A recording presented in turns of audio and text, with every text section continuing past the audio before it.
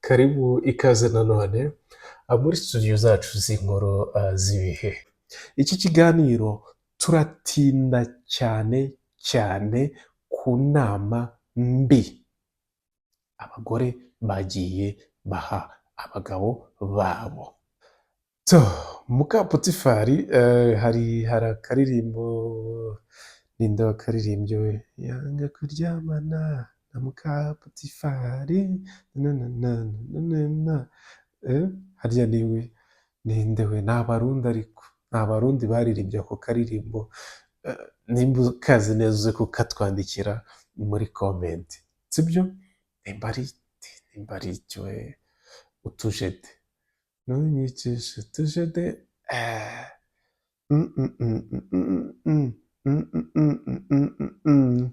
sibyo yitwa utujede n'indirimbo y'abarundi niyo bavuga ako kantu ngo nka Yozefu wanze kuryamana nande na Mukapotifari. So Yozefu rero yari umusore w'umuyahudi w'umwisirayeli w'igikundiro. So igihe kimwe rero bene se bamugurisha n'abanyegiputa. Ageze muri Egiputa aratona cyane ibwami, hahandi umwami yamukunze akamugira sekreteri akamwiyegereza, donc akaba nimero ya kabiri muri Egiputa.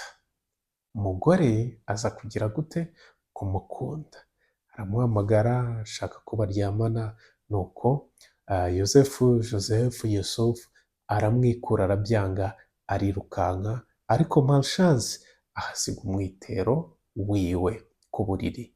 Umugore arataka ati amfashe ku ngufu.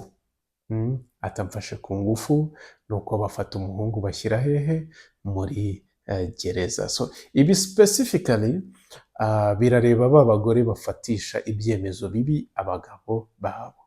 Umugabo afite ishumi ye y'umugabo basanzwe bagendana ugendera urugo, afite umushoferi bamaranye igihe umutwara, afite umuzamu, afite umumotari gutyo. Then we mugore kubera interest za sexe zo gushaka kuryamana n'uwo muntu uramushutse, wa muntu aravuze ati oya sinshobora kuryamana n'umugore w'inshuti yanjye, umugore wa mabuja. Then nyuma y'izo saga, aho kugira ngo ushake ukundi kuntu bikemuka, ushatse uburyo ujya gushyirishamo wa muntu. Witambitse hagati y'abantu babiri, donc uhaye inama umugabo wawe zimufatisha ibyemezo byo guhohotera umuntu, gufungisha umuntu, kurwana n'umuntu, gushyira ubuzima bw'umuntu cyangwa se bw'umuntu n'uwo mugabo wawe mu kangaratete, kongeraho n'umubano. Kubera iki? Kubera inyungu zawe bwite. Sinkunda mama wawe, mama wawe arandoga, mama wawe yagize ati, mama wawe yagize. Kandi ubwo mwapfuye iki?